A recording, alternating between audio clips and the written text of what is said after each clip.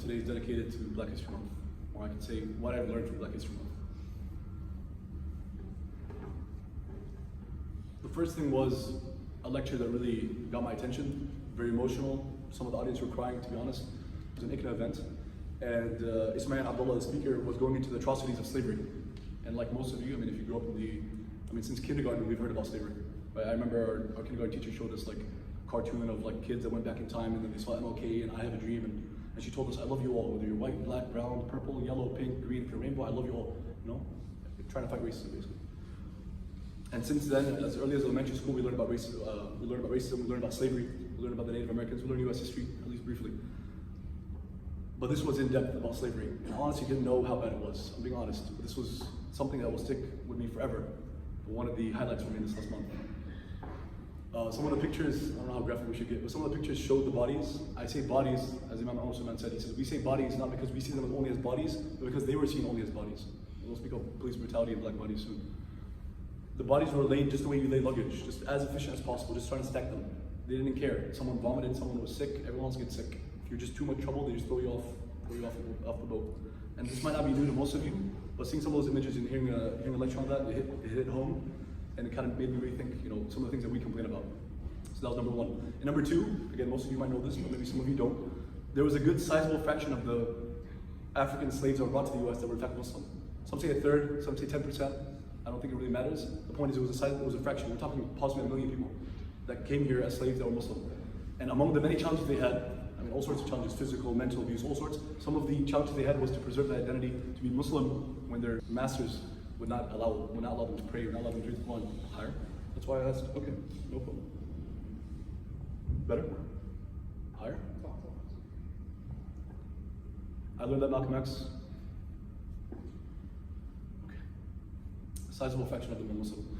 So why is that relevant? It's relevant because today, among the themes of Muslim khutbahs and durus and halaqat, and you go to the masjid, it's about protecting our identity of young Muslims. Well, this isn't new, right? Every generation, every time period, and every place, they had an issue about protecting their identity, protecting their values and principles. Muslims throughout history, not at all times, because certain times our challenge was that things were good, things were prosperous. People came from all over the world to our hospitals and our universities. That was a part of our history for hundreds of years. But for hundreds of years, and the current modern predicament is kind of like 500 years old. Right? Malcolm X used to say, 400 years is long enough. Right? Speaking about slavery and post-slavery. Well, really the colonialist project, which includes slavery and Palestine, Israel, and so much more, is a 500-year project. Dr. Hassan Bazzian gave an excellent lecture about that. But in those 500 years, there were many groups of people that struggled with their identity. So we can feel with them. Really straightforward, their issues were a lot harder than ours. And this folks made in the 50s and 60s, that people had it even harder. Some of these slaves were scholars in their countries. Some of them were princes in their countries. Some of them could read and write and their masters couldn't. Some of them knew Arabic and then learned English. Some of them went around and actually gave speeches and lectures and wrote books and wrote their own biographies, all right? I know some of you know this, some of you didn't. To me, this was mind-blowing. There was a slave, supposedly a slave, but I mean, how can you be a slave when you're that free, right? He wrote the Quran from memory 3 times by hand while working 18 hours a day in the field. I don't know how he did that. It's amazing. I think he was like a scholar of the Maliki Madhab. So this is no joke, but this is definitely something we don't learn in school. And that's again one of the things that we don't learn in school. I learned that Malcolm X was the culmination of a struggle that included many more individuals, many other individuals, many organizations and so on. There was a movement. Because we commonly hear about Malcolm X and khutbahs and durus and halaqats, but we don't hear much about Rosa Parks and Booker T. Washington and W.D. Du Bois and Marcus Garvey. And obviously we can't go into their struggles, but Malcolm X was the pinnacle of a movement. I learned that. I learned that MLK was a lot more than just I have a dream. It's definitely part of his story, but it's not the only thing. I think he was in prison for like 18 times. We don't learn that in school. Right? He was against militarism and US foreign policy, very relevant today. He was against Vietnam. He was influenced by Malcolm X. We don't learn that in school. Right? We're sold on this painting of the violent, hateful, intolerant Muslim, Malcolm X, and the I have a dream, loving, peaceful, tolerant Christian, MLK. That's an insult to both of their lives and legacies. And it's not true. It's disingenuous. It's a lie. It's twisted. It's a twisted narrative. And all it does, it further puts down Muslims and really anyone who wants to speak truth to power.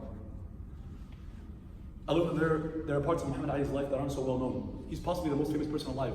He's not alive. Allah mercy on him. He died 2 years ago. But still today, he's possibly the most famous person on the planet, the most recognized face and name. If not, he's up there.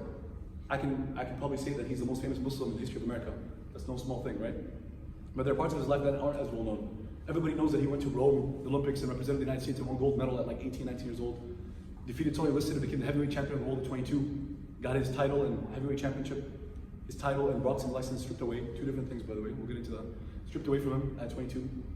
And eventually he won it back, and then decades of humanitarian work and service and da'wah, speaking about Islamic Muslims at the highest platforms, using his global platform for good, speaking to celebrities and leaders around the world. We know that, but I want to focus on one part of the story that I didn't know so well. At 22 years old, after defeating Sonny Liston, being the heavyweight champion of the world, I think possibly the youngest to ever do so, they took away his title, heavyweight champion, they took away his belt. They also took away his boxing license, which is the equivalent of saying losing your job. He got fired, right? And for the last 10 years, at 12 years old, he started training. At 22, he's heavyweight champion.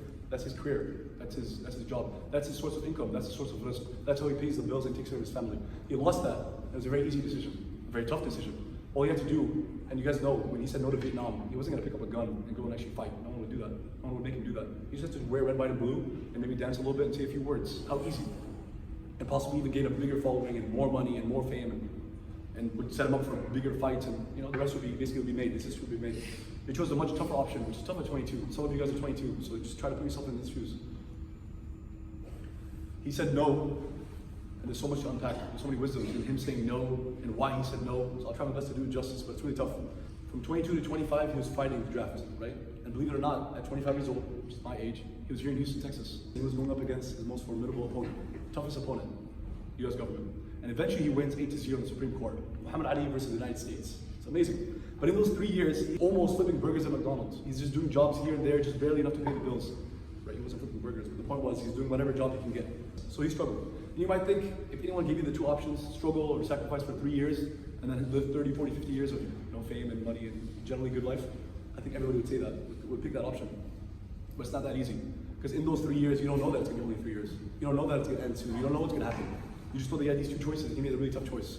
But Allah's wisdom, Allah's mercy, it was 3 years, and the rest is history. Malcolm X and MLK had a different story, and all of them have their lessons for us to learn. Obviously, MLK and Malcolm X both being assassinated at 39, Muhammad Ali passing away a couple years ago. May Allah have mercy on him.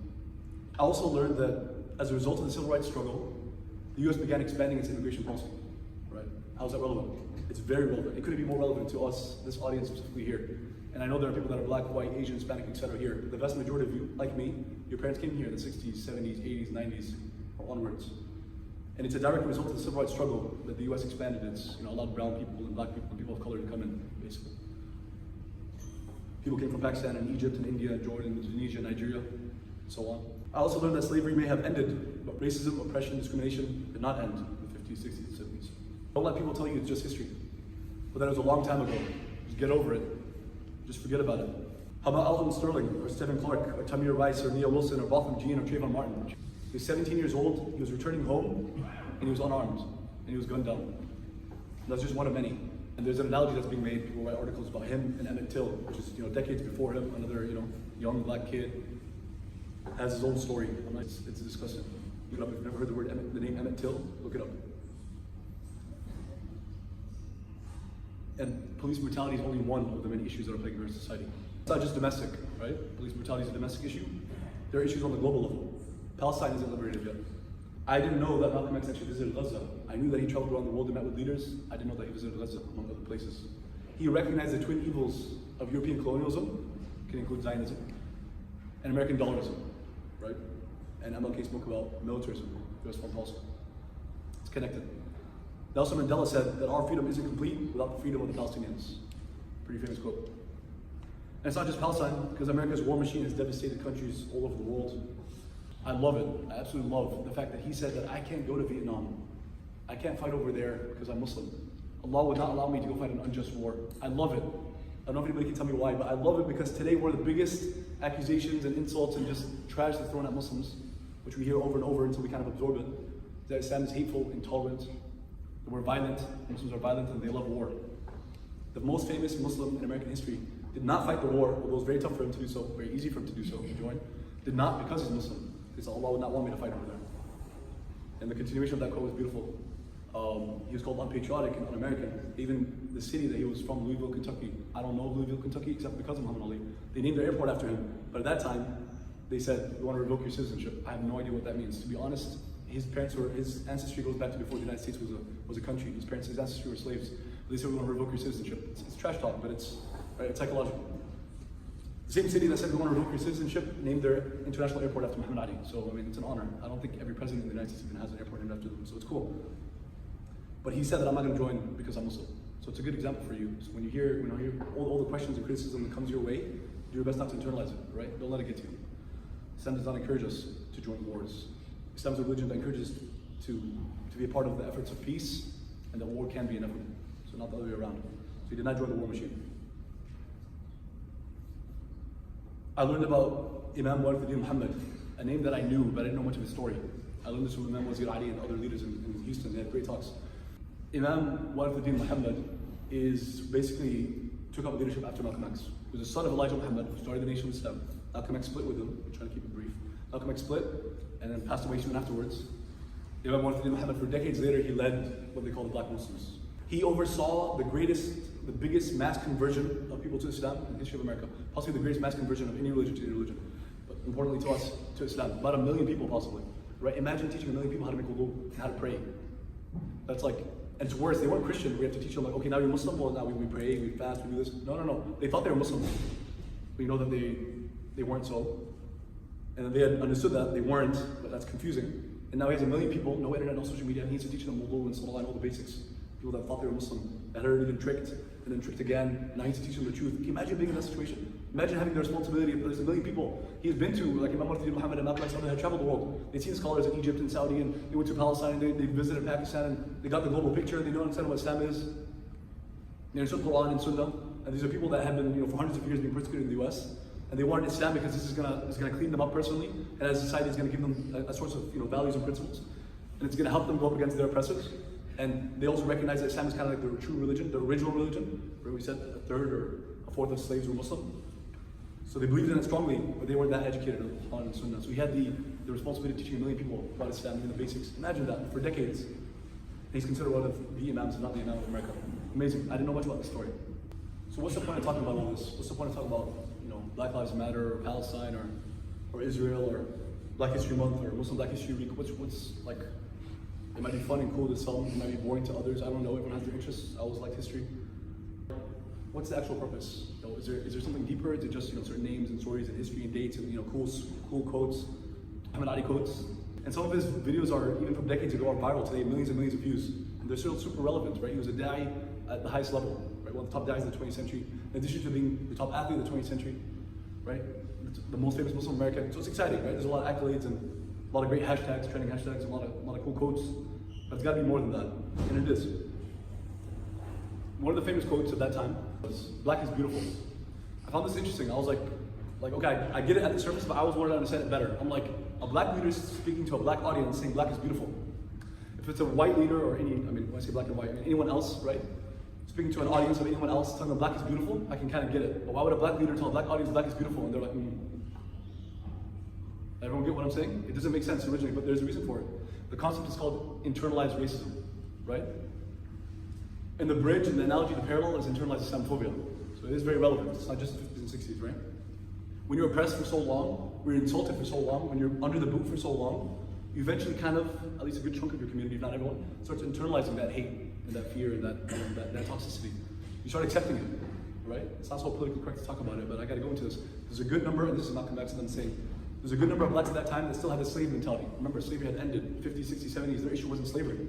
But he was speaking to an audience saying, some of you still have the slave mentality, right? You still do your hair in a way that makes you look white because you think white looks better. And if you think about it, whites, generally, we're generalizing, were richer, more powerful, more educated, they had degrees, they had power, right? So you start thinking they're better and I gotta be more like them, internalized racism. You might even start hating others who are proud to be black. So that was an issue that they dealt with. Today we deal with internalized Islamophobia. You might start thinking that maybe Islam is intolerant. Maybe Islam is, we hate other people, or like if you want to really stick to it, if you want to be a literalist, quote unquote, you want to be a literalist, you really want to apply the Quran and Sunnah, well maybe you're going to end up like ISIS. It's not the truth. We wish ISIS would follow the Quran and Sunnah. We wish they were traditionalists and they were orthodox. They're actually modernists. They're responding to the modern issue of American militarism and American foreign policy. It's a modern issue. It's not an Islamic issue. People didn't pick up the Quran and Sunnah and say, I want to get closer to Allah, and they joined ISIS. People have been reading the Quran and Sunnah for 1,400 years. ISIS was free a few years ago. So don't let people mess with your head, okay?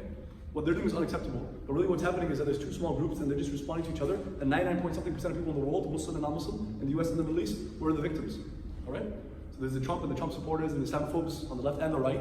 That should be another khutbah, by the way, because a lot of us as young Muslims, I'm only a few years older than most of you. I mean, we're kind of in the same boat. I recognize that it's very easy to join, to feel like you have to choose sides, first of all, which you don't have to, left and right. You feel if one group is directly attacking you and the other says we love everybody, it's natural, you want to side with them. I know it's tough, you're 1% of the population. It's tough to say we have our own values, our own principles, we're trying to build up our own community, right? It's tough, I know it's tough.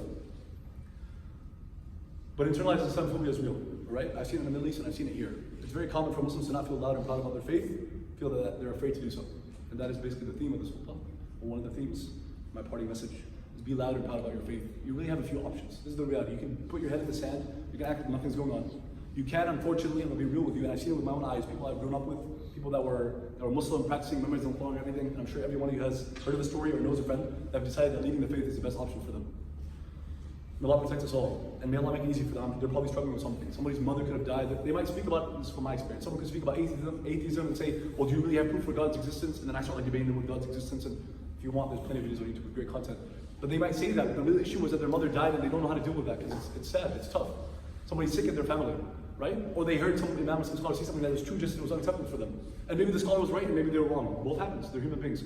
Whatever the issue is, you probably know people in your life that are feeling that it's very tough to be Muslim today, right? So that's an option. You can leave the faith.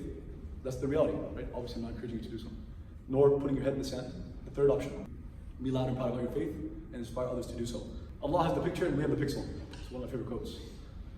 So naturally, you should put your trust in Allah. You love Allah, you fear Allah. And know that being proud about your faith might make you unpopular, right? Muhammad Ali wasn't unpopular for a time. Malcolm X wasn't unpopular, even if today they're among the most, again, some of the most trending hashtags, some of the most viral videos. The prophets didn't win popularity contests, right? They didn't run for president. Inshallah, some of you will run for president. I'm not saying don't do so. But remember, the prophets didn't run for president. They weren't winning popularity contests. In fact, a good number of them were killed or tortured by their people, or at least every single one of them. I don't think there's an exception. They weren't insulted and criticized. So be loud and proud about your faith and inspire others to do so. And remember the big picture. Know that life is short. A friend of mine passed away about a month ago in Austin. He was 23 years old. I grew up with him in the Islamic school in Austin. It was Austin Peace Academy, kind of like Iman Academy. Passed away a month ago. No one expects a 23-year-old to die. Half of the Muslim community in Austin were there, they were crying. His wife, his mother, his sister, they were bawling. And all of us came back together, and it was exciting. I hadn't seen some of my friends in like 10, 11 years. I left Austin in like 2007. So we got back together, and we were all crying. It's really sad. No one expects a 23-year-old to die, right? I'm reminding you, because some of you are 18, some of you are 19, some of you are like me, 25 or less. You're roughly in that age. Among the things that you think about, I'm sure death isn't one of them. So remember the big picture. Our purpose is to please Allah. It's not to please people.